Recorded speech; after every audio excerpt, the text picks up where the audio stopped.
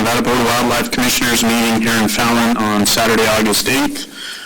We're back into our agenda at item number 15, Commission Regulation 16-01, Migratory Waterfowl and Webless Bird Seasons, Bag Limits, and Special Regulations for Waterfowl and Webless Birds, Public Hunting Limited on Wildlife Management Area and Designated State Lands, 2015-16 season. Wildlife Specialist Russell Olstenhume for possible action. The Commission will consider recommendations for season, bag limits, and special regulations for migratory waterfowl and webless game birds for the 2015-16 season, and adopt regulations that comply with the proposed regulatory framework for the 2015-16 late and early hunting season on certain migratory birds established by the U.S. Fish and Wildlife Service. The Commission may also consider changes to rules regulating public hunting on wildlife management areas and designated state lands. Mr. Wilson, good morning. Good morning. Thank you, Mr. Chair. How would you like me to go through these, Mr. Chair? Would you like me to do them one hunt by hunt, go through them all, and then have the Commission vote on them collectively? Your pleasure.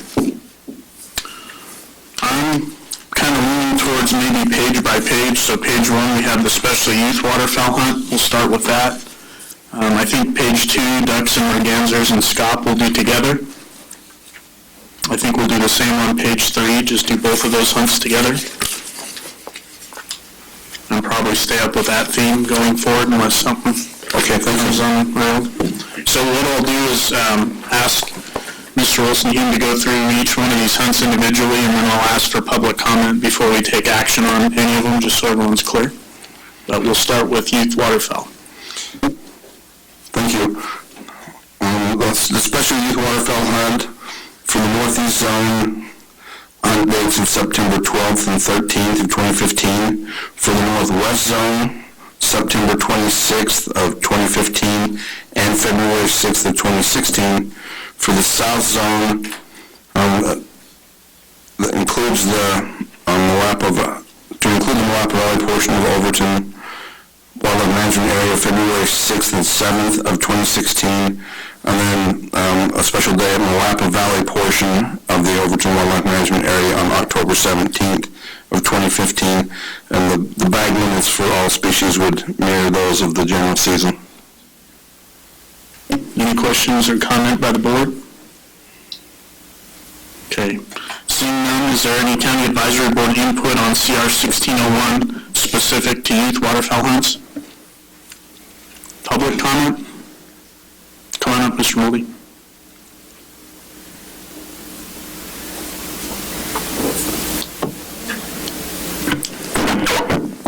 Mr. Chairman, I just have one general question I thought I'd ask of you. As we go through this, could you also specify whether any of these recommendations are different from the maximum recommendations allowed under the federal guidelines? In other words, what tailoring, if any, have we done with the federal guidelines relative to Nevada's drought conditions? Thank you. Additional public comment on special waterfowl hunts? Okay, seeing none, I'll bring it back to the board. And Ross, if you could just let us know where we stand in terms of what's proposed with the federal framework, that would be helpful, I think, to the Commission as well.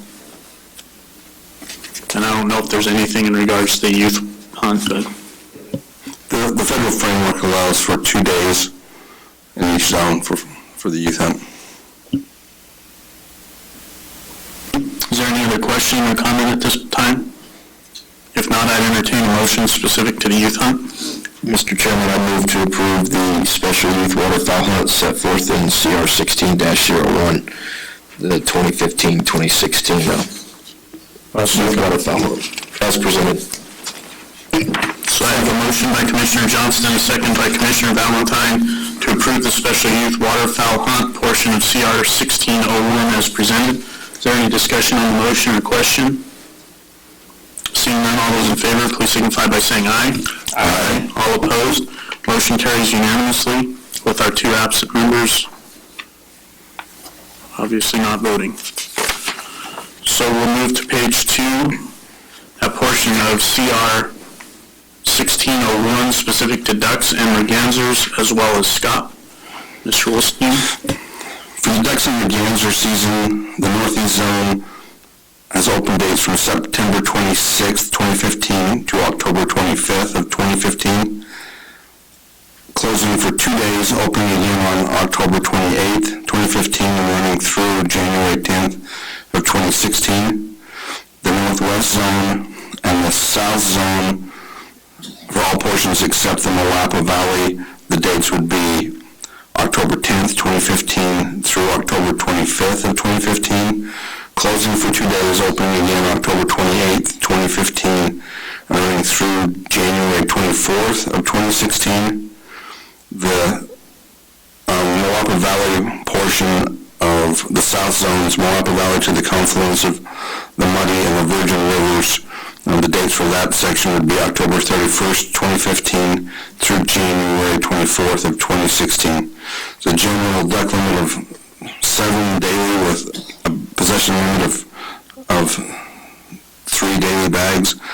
Pintail is limited to 2 daily and 6 possession. Not more than 2 hen mallards daily with 6 in possession. Redheads, 2 daily, 6 in possession. Canvasback, 2 daily, 6 in possession. And scop, within the scop season, 3 daily and 9 in the bag. The scop season has the same dates for the, that's not correct. The Northeast Zone for scop is September 26th, 2015 through October 25th, 2015, closing for 2 days, then runs from October 28th, 2015 through December 22nd, 2015. The Northwest Zone is October 31st, 2015 through January 24th, 2016. And the South Zone,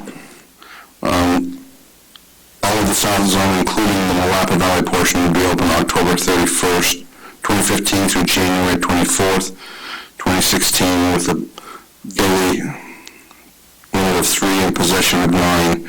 Both of those, the duck and mergansers is a 105-day season, which is the maximum allowed by the framework, and the scop is an 86-day season, which is the maximum allowed by the framework.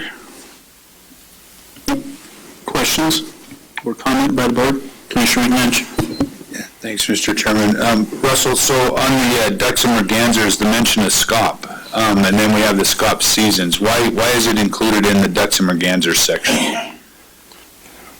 So on the general duck limit of 7, scop are included in that. Okay. So you get a scop in them, but they have a set bag limit and a shorter season, so I have to have a separate season for them. Very good. I didn't dawn on me with the 7. I appreciate that. I had one other quick question on the South Zone, open area South Zone, where it says Clark and Lincoln County, except the Malapa Valley. And then just below that, the South Zone, Malapa Valley to the confluence of the Muddy and Virgin Rivers. Should we include to the confluence of the Muddy and Virgin Rivers up above as well, or? I'm not sure I understand your question. So on the document here, it says, where it mentions the South Zone for the first time, and it says Clark and Lincoln County, except the Malapa Valley. Why wouldn't that read, except the Malapa Valley to the confluence of the Muddy and Virgin Rivers? It could read that way. Does it create confusion to leave it like it is? I don't know. I took this to our law enforcement division to get input on them to make sure that we're not having problems with the interpretation of these descriptions. Okay. And they felt like there hasn't been any problems arise. They felt like they were okay. Probably been that way a million times. I just noticed it. So. Other questions or board comment?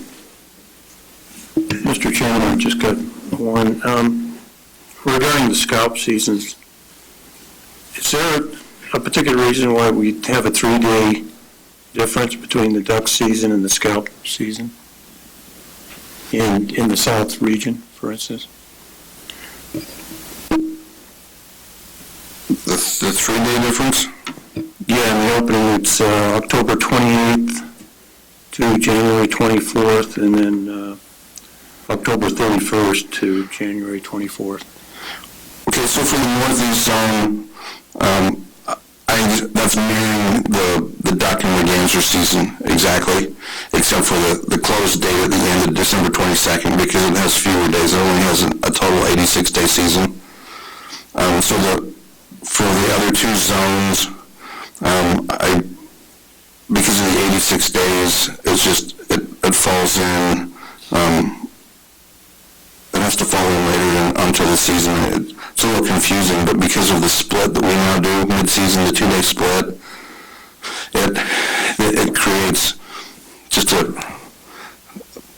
weird falling on the calendar to get the 86 days versus the 105 days on the ducks and mergansers.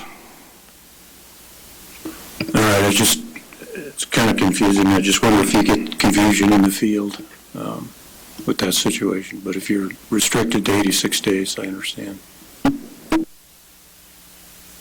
Additional question or comment? Okay, seeing none, County Advisory Board input on CR 1601 specific to ducks and mergansers or SCOP. Public comment. Okay, seeing none, I'll bring it back to the board. If there's no further discussion, I would entertain a motion. Mr. Chairman, I'd move to approve the ducks and mergansers 2015-2016 seasons in the Scout 2015-2016 season in CR 16-01 as presented.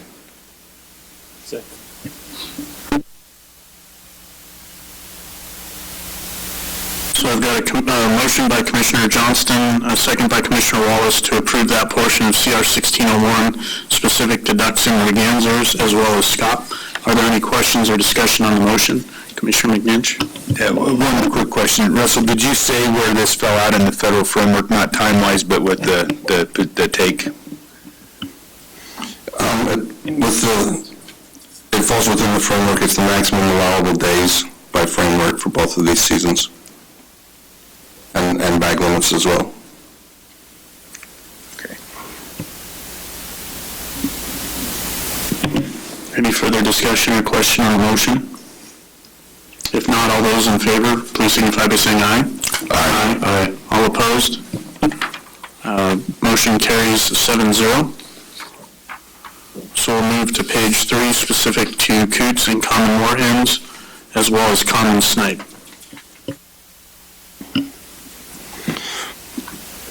Coots and common moorhens, the season dates for each of the zones in the South Zone breakout in the Wappa Valley mirror those of the duck and merganser seasons, with a daily limit of 25 and a possession limit of 75. Common snipe also has the same dates as the duck and merganser seasons through each of the designated areas and zones, and with a daily limit of a daily bag of 8 and possession of 24. And both of those are the maximum allowable by the framework for both dates and bag. Questions or comments by the board? Seeing none, is there county advisory board input on CR 1601 specific to coots and common moorhens and or common snipe? Public comment? Okay, hearing none, I'll bring it back to the board. If there's no further discussion, I would entertain a motion.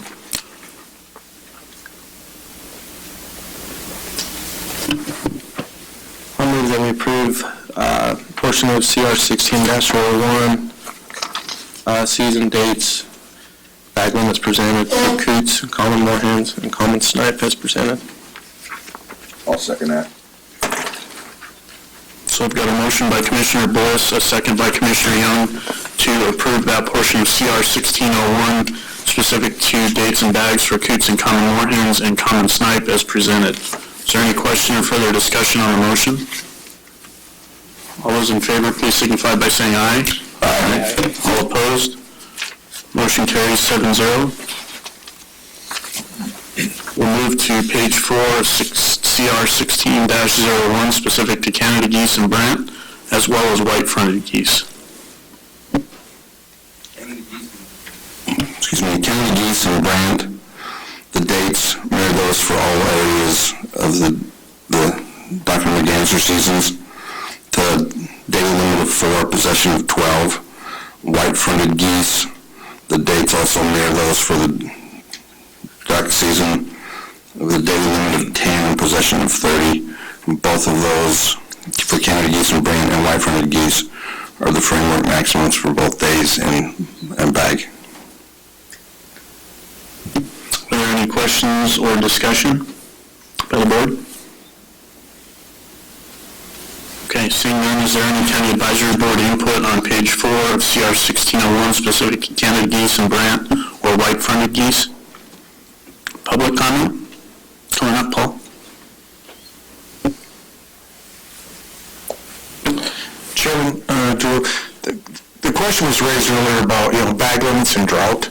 Since all of the bag limits are set by breeding grounds, which are not in drought areas, or if they are impacted, their numbers are set there. I was trying to figure out why that was important that we would have that discussion, and if you knew, because it's kind of confusing to me, because the bag limits are really set from the breeding grounds, and what comes down through here, and our drought conditions don't impact the number of birds coming through here. Thank you. Additional public comment? Mr. Moby?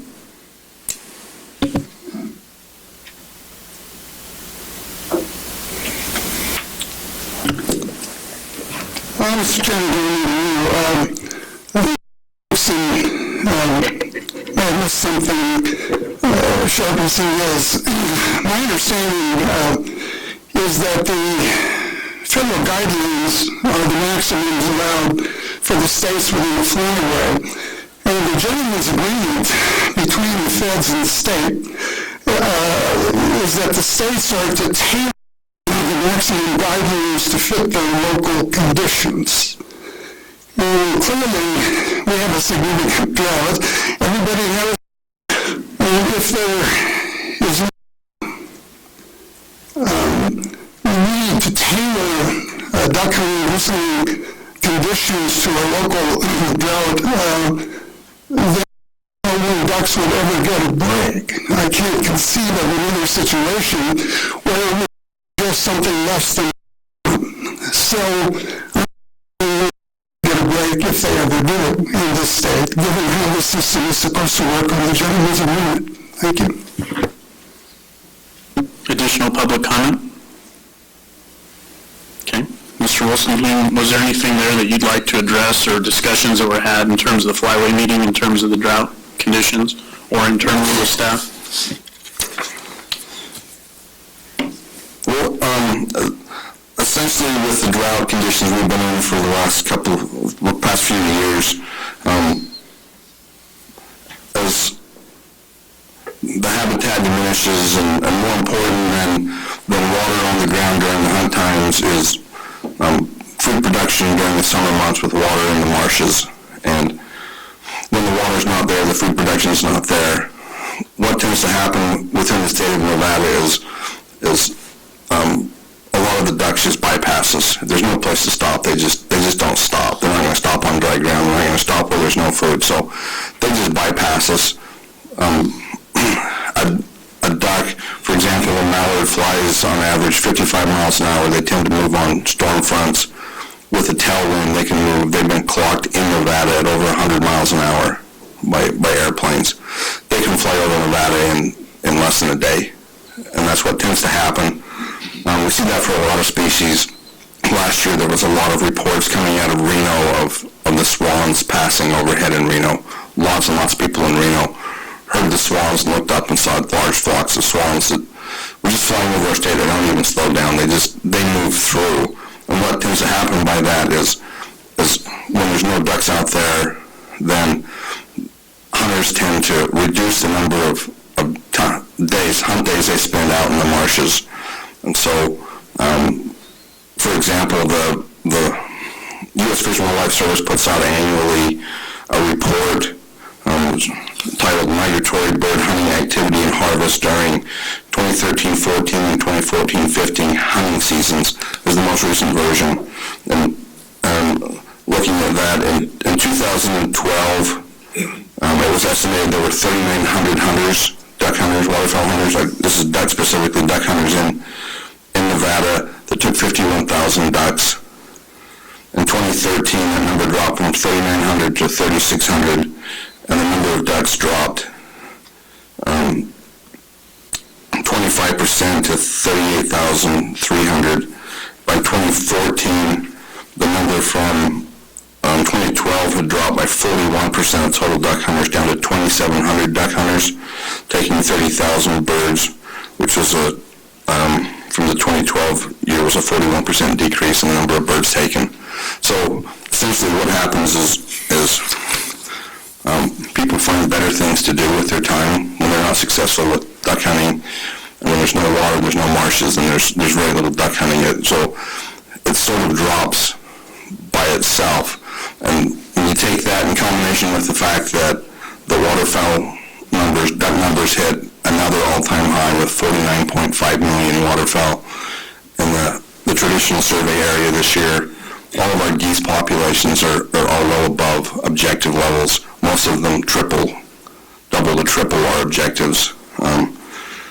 So by leaving the entire length of time with the combination of large numbers of birds but limited habitat, I'm just trying to hopefully optimize on any conditions that might turn positive. So if we happen to get a storm that comes through that puts down some precipitation that recharges a marsh usually for a week or two, if even that long, that might give guys an opportunity. If I narrow the number of days down, and I have to try to choose which days, we might get lucky and get some opportunity. So by leaving it the full time, I'm just trying to hopefully capitalize on some opportunity.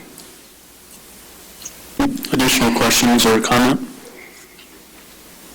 If not, I'd entertain a motion for CR 1601, specific to Canada geese and brant, as well as white-fronted geese. Mr. Chairman, I move to approve the Canada geese and brant 2015-2016 season and the white-fronted geese 2015-2016 season at bag limits for the Canada geese and brants as well, as presented in CR 16-01. So I've got a motion from Commissioner Johnston, a second from Commissioner Wallace to approve that portion of CR 1601, specific to Canada geese and brant, as well as white-fronted geese as presented. Is there any discussion or question on the motion? If not, all those in favor, please signify by saying aye. Aye. All opposed? Motion carries 7-0. We'll go to page 5 of CR 16-01, specific to snow and Ross's geese, as well as falconry seasons for migratory game birds. Snow and Ross's geese, the dates mirror those of the duck and merganser season for each of the areas, with a daily limit of 20 and possession limit of 60. For falconry seasons, the dates would be for the Northeast Zone, September 26, 2015 through October 25th, 2015. Excuse me, I got to backtrack. I was incorrect on the snow and Ross's geese. The seasons do not match those of the duck and merganser season. I apologize for that error. So I'll back up to that. For snow and Ross's geese, the Northeast Zone is October 31st through January 24th, and then that season again opens February 20th and runs through March 9th of 2016. Northwest Zone season dates of October 31st, 2015 through January 24th of 2016, opening again February 20th of 2016 and running through March 9th of 2016. The South Zone for Clark and Lincoln County, except the Moapa Valley, would be October 10th of 2015 through October 25th of 2015. And again, October 28th, 2015 through January 24th of 2016. And within the South Zone, the Moapa Valley to the confluence of the Muddy and Virgin Rivers, October 31st of 2015 through January 24th of 2016. The limits, as I mentioned before, daily limit of 20, possession of 60. The falconry seasons do match those of the duck and merganser season for all units, with a daily limit of 3 and a possession limit of 9. And both of those are, the snow geese is a couple of days shy of the maximum federal framework, and the falconry season is at the maximum for the framework. I would ask Russ if you could explain the special regulation on the Snow and Ross's geese in terms of the closed units, and I understand Ruby Valley and the issue there, but maybe you could reiterate that as well as why the WMAs are closed, as well as Washoe State Park. Okay, so Ruby Valley within Elko and White Pine counties is closed at all times, and that's because there's a small population of trumpeter swans at Ruby Lake National Wildlife Refuge there, so we don't want any confusion and accidentally have an accidental loss of one of those trumpeter swans. The Curtis, Mason Valley, and Scripps WMAs and Washoe State Parks is closed for the latter part of the season. And there's a date correction there, the February 20th, 2015 through the March 9th of 2016 on both of those. The February 20th, 2016 through March 9th, 2016. All of those WMAs are closed for nesting season, and that's just a standard closure on all those WMAs. It closes mid-February, February 15th, and it's closed during that portion. So those areas are just closed to I mentioned that they're closed for snow goose hunting, so there's no confusion on whether or not those are open for hunting. Understood. So the change that we need to make editorially is on the closed portion of the WMAs. Rather than saying February 21st of 2014, we would say February 20th, 2016 to March 9th, 2016, correct? Correct, thank you. Any other questions or comments?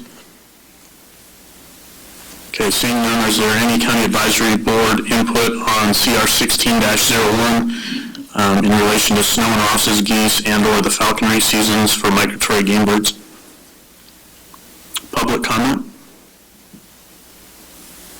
Seeing none, I'll bring it back to the board. If there's no further discussion, I would entertain a motion.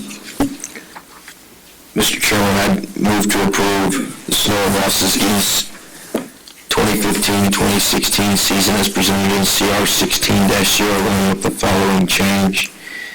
That the reference to the closed Courage Wildlife Management Area, Mason Valley Wildlife Management Area, and Scripps Wildlife Management Area at Washoe State Park, that the dates be February 21st, 2015 through March 9th, 2016, and to approve the falconry seasons for migratory game birds as presented in CR 16-01.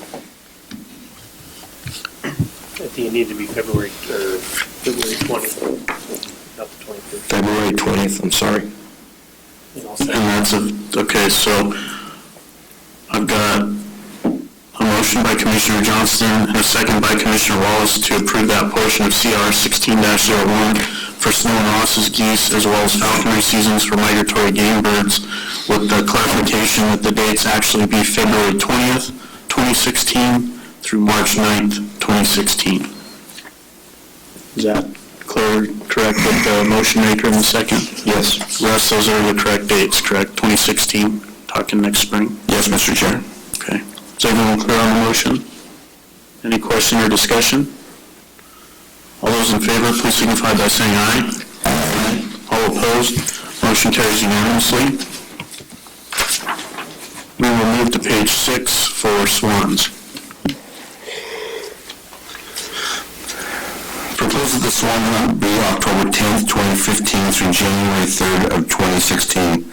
One swan per hunt permit, maximum 2 swan hunts per season, with a limit of 1 swan per day.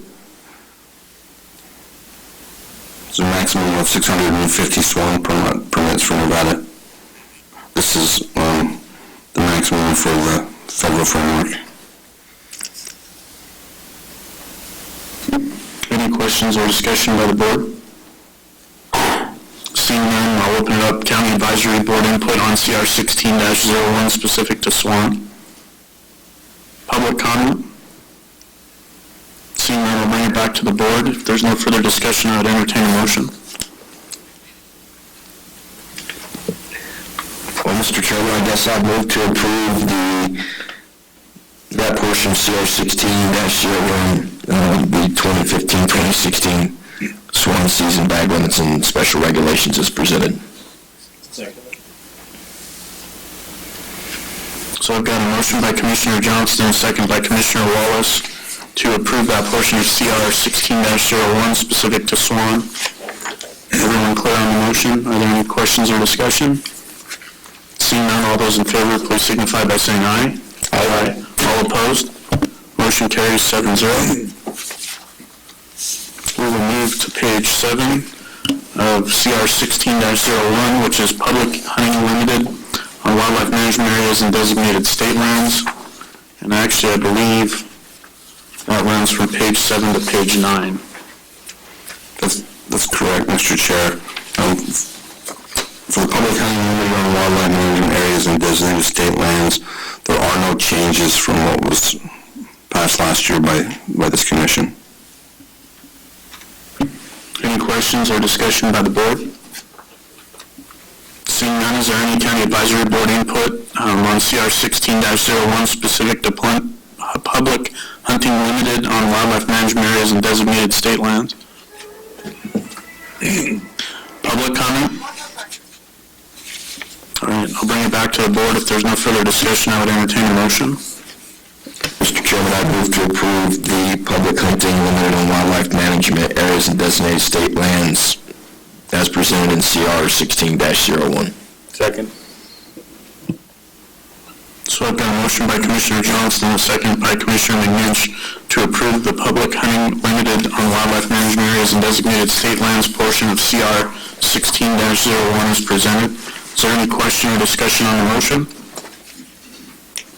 Seeing none, all those in favor, please signify by saying aye. Aye. All opposed? Motion passes 7-0. And I believe that concludes CR 1601. Thank you, Russell. With that, I will close agenda item 15, and we'll open agenda item 16, annual big game release plan for fiscal year 2016. Wildlife Staff Specialist Mike Cox for possible action. The Commission will review and may take action to approve the Department's proposed annual big game release plan for fiscal year 2016. Mr. Cox, good morning. Good morning.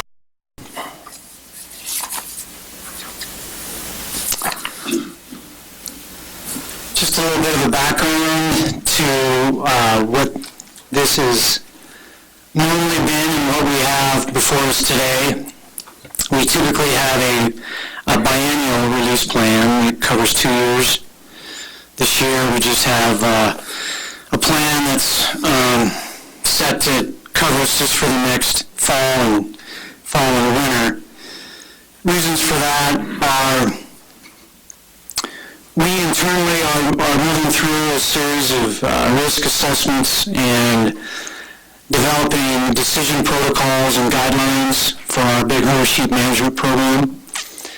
We somewhat started that last year, and we still have a fair amount of work to do with that, and we feel that's important for our entire game division, from the field biologists to the regional supervisors to the staff and our veterinary services staff to be on the same page when we're looking at the entire landscape of Nevada and trying to decide where we want sheep to be, the risks and the limiting factors in the landscape that can have an effect on their ability to grow, the ability to spread disease amongst bighorn, and actions that we need to take prior to having a successful release.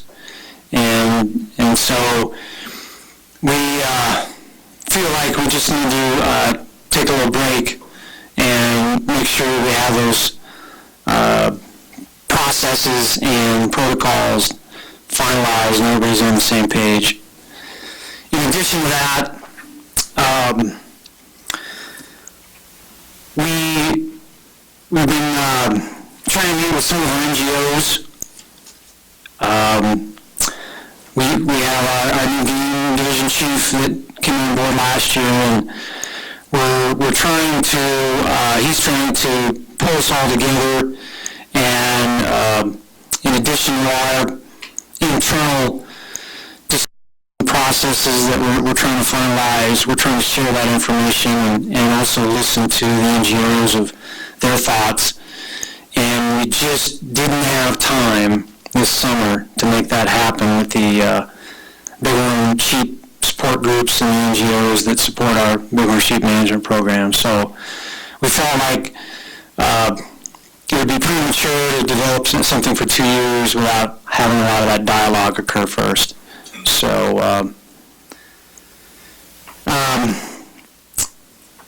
I'll get into some other things that affect kind of how we're going to move forward in the future, but I'll dig into the actual, we only have a single release plan, and it actually was on our release plan for fiscal 2012 and 13, or 2014 and 15, excuse me, and I actually had to come forth to you last year and say that we had some circumstances, some information that came up, and we had to postpone it. That was due to some disease risks. We had some animals detected within the sphere of the release site that had pneumonia, some severe pneumonia. So what we did was we decided, as part of our statewide disease surveillance that we've been ramping up, trying to get a baseline of what we heard, what it's been exposed to, and a few other tidbits of each herd that we don't have today to help us make informed decisions down the road.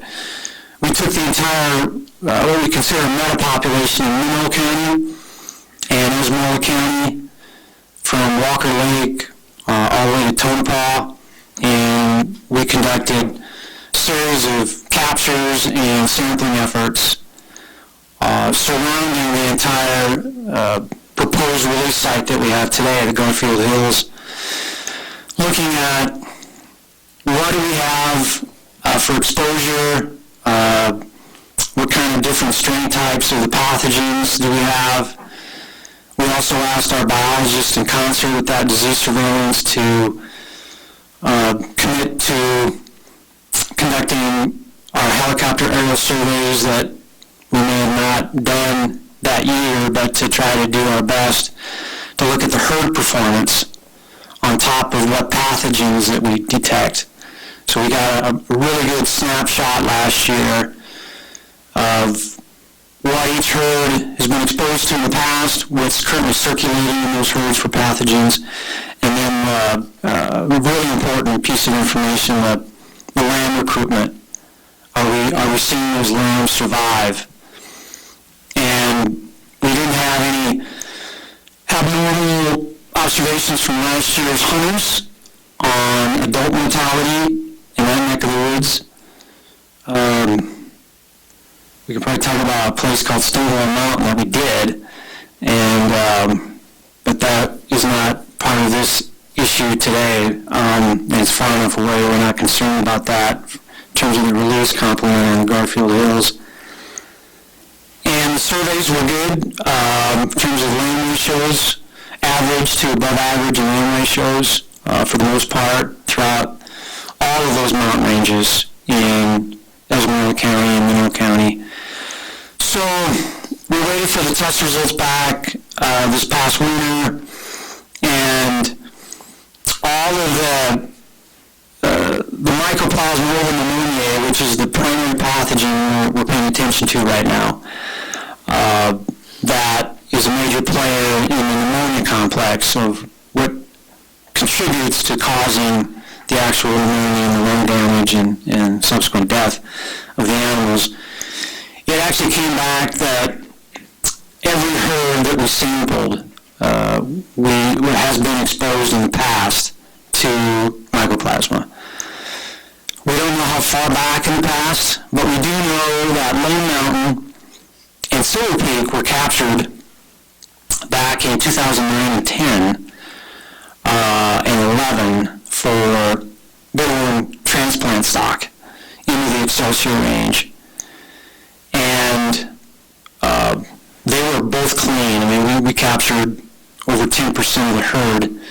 So something got spread through those populations the last 3 years. But since we don't have any previous data from the other herds, we're not sure when they got exposed. But probability is there was quite a bit of exposure that occurred the last 3 or 4 years throughout that metapopulation.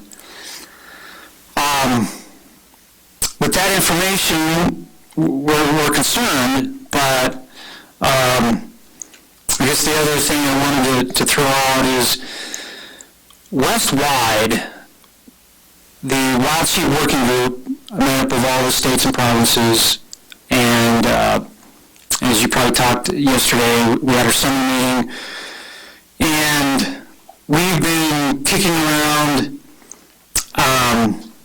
an effort, a venture, an initiative that was endorsed by the directors and several other committees to try to institute a west-wide study design with all of the states participating, where we would identify questions that we have regarding